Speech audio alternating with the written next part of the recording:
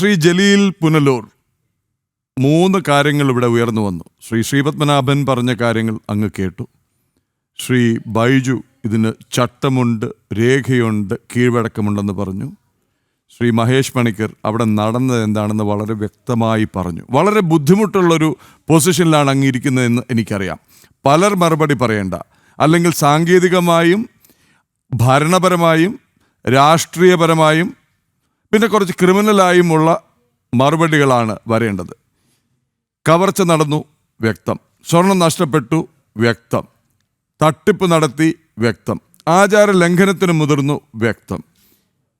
ഇനിയെങ്കിലും പുറത്തു വരണ്ടേ ശ്രീ ജലീൽ പുനലൂർ ഇതിന് പിന്നിൽ കളിച്ചവരെ? എനിക്ക് മുമ്പ് താങ്കളടക്കം 3 ആളല്ല 4 ആൾ സംസാരിച്ചു കഴിഞ്ഞു. അതിൽ ഏറ്റവും ഒടുവിൽ താങ്കൾ തന്നെ വിധി കൽപ്പിക്കുന്നുണ്ട്. കവർച്ച നടന്നു, ആചാര ലംഘനം നടന്നു, തട്ടിപ്പ് നടന്നു. എങ്കിൽ പിന്നെ വിധി പ്രസ്താവിക്കാമല്ലോ.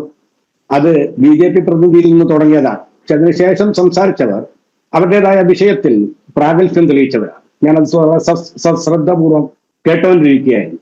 അവർ രണ്ടുപേരും അവരുടേതായ ആ ടെക്നിക്കൽ സൈഡാണ് കൂടുതൽ പറയാൻ ശ്രമിച്ചത്. അത് അഭിനന്ദനീയം തന്നെയാണ്. അത് തന്നെ നമ്മളെപ്പോലുള്ള ആളുകൾക്ക് അത് കൂടുതൽ പഠിക്കാനും നല്ലതാണ്. പക്ഷെ ഞാൻ ഒന്ന് പറയുന്നു, ശബരിമലയിൽ കവർച്ചയും കച്ചവടവും നടക്കുന്നു എന്ന് താങ്കൾ പറഞ്ഞത് അക്ഷരാർത്ഥത്തിൽ ശരിയാണ്. ഞാൻ അംഗീകരിച്ചു തന്നിരിക്കുന്നു. അത് എങ്ങനെയുള്ള കവർച്ചയും കച്ചവടവുമാണെന്ന് ചോദിച്ചാൽ, ശബരിമലയെ പോലെയുള്ള ഒരു പുണ്യ സന്നിധാനത്തെ സങ്കുചിതമായ രാഷ്ട്രീയ താല്പര്യത്തിന് വേണ്ടി രാഷ്ട്രീയ കച്ചവട കേന്ദ്രമാക്കി അതിന്റെ പേരിൽ ഒരു കവർച്ച നടത്താനുള്ള വ്യാപകമായ ശ്രമം കഴിഞ്ഞ 6-7 വർഷമായി നടക്കുന്നു. ആ നിലയിൽ ലഭ്യമായ ഏറ്റവും ഒടുവിലത്തെ ഒരവസരത്തെ, ഒരു സുവർണാവസരത്തെ വേണ്ട വിധത്തിൽ ഉപയോഗപ്പെടുത്താനുള്ള നിങ്ങളുടെ വൈദഗ്ധ്യത്തെ, നിങ്ങളുടെ പ്രാഗൽഭ്യത്തെ ഞാൻ അഭിനന്ദിക്കാതെ തരമില്ല. നമുക്കൊരു കാര്യം, നിങ്ങളുടെ സ്വാതന്ത്ര്യമുണ്ട്. LDF സർക്കാരിന്റെ കാലത്ത് പുണ്യമായ സന്നിധാനത്ത് അരുതായ്മ നടക്കുന്നുവെന്ന് വരുത്തി തീർക്കേണ്ടത് ഈ ഇരിക്കുന്നവരുടെ ബാധ്യതയാണ്, നിങ്ങളുടെ അവകാശമാണ്. ആ അവകാശത്തെ ഞാൻ മാനിക്കുന്നു. എന്നാൽ കേരളത്തെ പോലെയുള്ള ഒരു പ്രബുദ്ധമായ സംസ്ഥാനത്ത് ഈ പറയപ്പെടുന്നത് പോലെ അത് വിശ്വാസയോഗ്യമായിട്ട് തെളിയിക്കാൻ നിങ്ങളെ കൊണ്ട് സാധിക്കുമോ? നമുക്കൊരു ലോജിക്കുണ്ട്. ഇവിടെ ഇപ്പൊ നിങ്ങൾ തന്നെ വിധികർത്താക്കളാകുന്നു. ഒരു കൊലപാതകം നടന്നാൽ സാമാന്യമായും പോലീസ് അത് അന്വേഷിക്കും. അത് സ്വാഭാവികമായ നടപടിക്രമങ്ങളാണ്. അത് അന്വേഷിച്ച് വിചാരണ നടക്കും, തെളിവെടുപ്പ് നടക്കും, വിചാരണ നടക്കും, കോടതി ശിക്ഷിക്കും. സമാനമായ ഒരു സംഭവമാണ് ശബരിമലയിൽ ഉണ്ടായിട്ടുള്ളത്.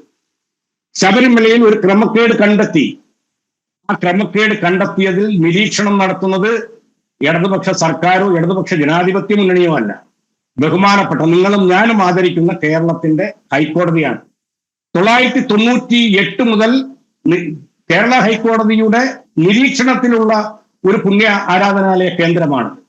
അവിടെ നടന്ന സംഭവത്തെ സംബന്ധിച്ച് കൃത്യമായ അന്വേഷണത്തിന് ഉത്തരവിട്ടു.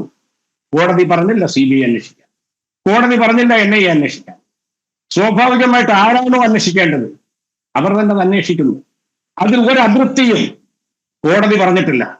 പിന്നെ ഇന്ന് അതുമായി ബന്ധപ്പെട്ട ഒരു പ്രതിയുടെ, പോറ്റിയുടെ, അദ്ദേഹത്തെ സംബന്ധിച്ച് നമ്മൾ കൂടുതൽ ദുരാരോപണങ്ങൾ ഉന്നയിക്കുന്നത് മാന്യതയല്ലാത്തത് കൊണ്ട്. കാരണം കുറ്റം ചെയ്തു എന്ന് കോടതി കണ്ടെത്തുന്നത് വരെ, അദ്ദേഹത്തിൽ അത് ആരോപിക്കുന്നത് വരെ ഒരു ജനാധിപത്യത്തിൽ വിശ്വസിക്കുന്ന ആളെന്നുള്ള നിലയിൽ അദ്ദേഹത്തെ ഞാൻ പരാമർശിക്കുന്നില്ല. അദ്ദേഹത്തിന്റെ മൊഴിയെടുത്തു. തുടർ നീക്കങ്ങൾ നമ്മൾ വെയിറ്റ് ചെയ്ത് കാണാം. നാളെ ഈ വിഷയത്തിൽ ഹൈക്കോടതിയുടെ നിരീക്ഷണം ഉണ്ടാകുമെന്ന് നമ്മൾ പ്രതീക്ഷിക്കുന്നു. ആ നിലയിൽ വളരെ ചിട്ടപ്രകാരം ആ എല്ലാ തെളിവുകളും ശേഖരിച്ചുകൊണ്ട് ആരെങ്കിലും അരുതായ്മ ചെയ്തിട്ടുണ്ടെങ്കിൽ അവരുടെ കൈകൾ പിടിച്ച് ചത്ത എലിയെ വലിച്ചെറിയുന്നത് പോലെ എറിയുമെന്ന പ്രഖ്യാപനം നടത്തിയ ഒരു ദേവസ്വം വകുപ്പ് മന്ത്രിയും ദേവസ്വം ബോർഡും ഉള്ളൊരു നാട്ടിൽ നമ്മൾ ചാനൽ ചർച്ചയിൽ എന്തിനാണ് വിധികർത്താക്കളാകുന്നത്? അപ്പൊ അതിന്റെ പിന്നിൽ കൃത്യമായ രാഷ്ട്രീയ കച്ചവടമുണ്ട്. ഈ വാദങ്ങളും വിവാദങ്ങളും ഒക്കെ അനവസരത്തിലാണ്. ഇതിന്റെ പിന്നിൽ ഗൂഢാലോചനയുണ്ട്. ഒന്നുകൂടി ഞാൻ പറയാം, ഒരുപക്ഷെ ആങ്കരടക്കമുള്ളവർക്ക് ഓർമ്മ ഉണ്ടാകുമെന്ന് ഞാൻ പ്രതീക്ഷിക്കുന്നു. 1981 സഖാ VK നായനാർ മുഖ്യമന്ത്രിയായിട്ടിരുന്ന കാലഘട്ടത്തിൽ അന്ന് ഇതുപോലെ തന്നെ പ്രാധാന്യമുള്ള ഏറ്റുമാനൂരപ്പന്റെ ഒരു 7ാം പൊന്നാന മോഷണം പോയി. 7.5 പൊന്നാൻ അത് അവിടെ നിന്ന് മോഷണം പോയി. വലിയ വിവാദമുണ്ടായി. കമ്മ്യൂണിസ്റ്റ് സർക്കാർ ഏറ്റുമാനൂർ അപ്പനെ അവഹേളിക്കുന്നു എന്ന് പറഞ്ഞ് സംഘപരിവാർ ശക്തികൾ തെരുവിലിറങ്ങി. സമാനമായ ഒരു സാഹചര്യത്തിൽ കൃത്യമായ അന്വേഷണം നടത്തി. ഒരു കുപ്പത്തൊട്ടിയിൽ വലിച്ചെറിഞ്ഞ ഒരു കടലാസു തുണ്ടിന്റെ തെളിവിന്റെ അടിസ്ഥാനത്തിൽ സ്റ്റീഫൻ എന്ന് പറയുന്ന മോഷ്ടാവിനെ, കൊടും ക്രിമിനലിനെ കയ്യാമം വെച്ച് കൊണ്ടുവന്ന് ഏറ്റുമാനൂർ അപ്പന്റെ പവിത്രത കാത്തു സൂക്ഷിച്ച ഇടതുപക്ഷ സർക്കാരാണ് നമുക്ക് മാതൃക. അതുപോലെ തന്നെ സമാനമായിട്ട് ശബരിമല സന്നിധാനത്തിൽ അരുതായ്മകൾ നടന്നിട്ടുണ്ടെങ്കിൽ കൃത്യമായ അന്വേഷണത്തിലൂടെ അതിലേക്ക് എത്തുകയും പിഴവുകൾ ഉണ്ടെങ്കിൽ തിരുത്തുകയും ചെയ്യും.